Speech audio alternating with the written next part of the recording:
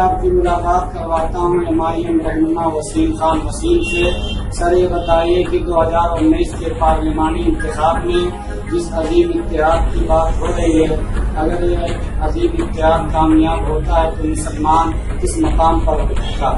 देखिए, अजीम इत्तेहाद हो या सगीर इत्तेहाद, ये इत्तेहाद करने वाले लोग वही हैं जो 70-72 सालों से मुसलमानों का खून चले आ रहे हैं लगातार।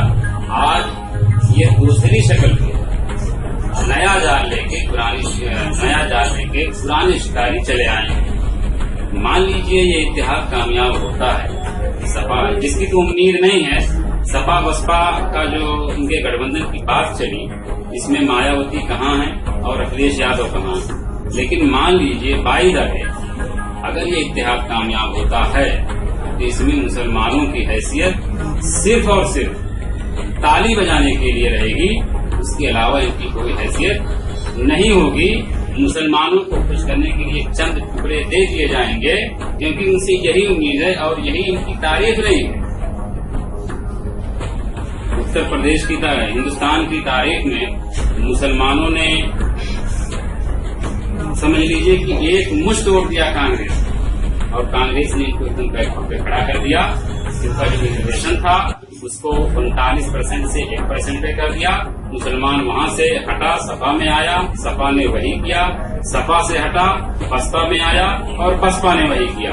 तो यहाँ हमारे हिंदुस्तान में तो ये हो रहा है कि एक ग्रुप है वो मुसलमानों को बीजेपी से डराता है और दूसरा ग्रुप हिंदुओं को मुसलमानों से डराता है। एक दूसरे से डरा डरा के वोट ले रहे हैं और मलाई काट रहे हैं। जैसे कि आप देख लीजिए बहुजन समाज पार्टी इसने 2 इलेक्शन के पहले मुसलमानों को भारतीय जनता पार्टी का खौफ दिला कर उनका वोट ले लिया, उनका नोट लिया और सपोर्ट लिया, और मुसलमानों ने दे भी दिया। लेकिन जब ये कामयाब हुई तो आपने देखा कि इन्होंने भारतीय जनता पार्टी से मिलकर सरकार बना लिया, और गुजरात में नरेंद्र मोदी का प्रचार करने भी गई। इसके अलावा आप समाजवादी पार्टी को देख लीजिए कि इनका जनसंघ का प्यार, जनसंघ से इनकी मोहब्बत वक्तन फवक्तन जाहिर होती रहती है। ये अपने कार्यालय से पर्दे के खिलाफ बोले, इसी तरह इनकी और तमाम इनके बयान हैं जो ये मुसलमानों के खिलाफ बोलते रहते हैं। अभी राष्ट्रपति का चुनाव हुआ, इसमें आपने देखा मुंह से तो आप सपोर्ट की बात करते हो, मुसलमानों की हमदर्दी की बात करते हो, लेकिन राष्ट्रपति के चुनाव में आपने क्या किया?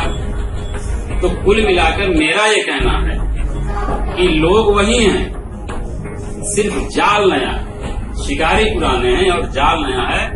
ये लोग मुसलमानों को शुरुआत से धोखा देते चले आए हैं, और इस बार अगर इत्तेहाद हो रहा है तो ये सिर्फ इक़्तिदार पर कब्जा करने के लिए है। बाकी मुसलमानों का कोई भला सोचने वाला नहीं है, कोई हमदर्द नहीं है। मुसलमानों की भलाई सिर्फ इस बात में मुज़मिर है, इस बात में छुपी हुई है कि इनकी एक क़यादत हो, और वो क़यादत एकदम साफ और शफाफ हो। वो जब इक़्तिदार में आएगी, इक़्तिदार पे कब्जा करेगी, तभी मुसलमानों का और दलित भाइयों का और तमाम बिरादरानी का तभी भला होगा, क्योंकि वो हुकूमत इंसाफ की बुनियाद पर कायम होगी। बगैर इंसाफ की बुनियाद पर कायम की गई हुकूमत, चूंकि ये इनके खून में बेईमानी शामिल है, तो ये बेईमानी करेंगे, अपना रंग दिखाएंगे।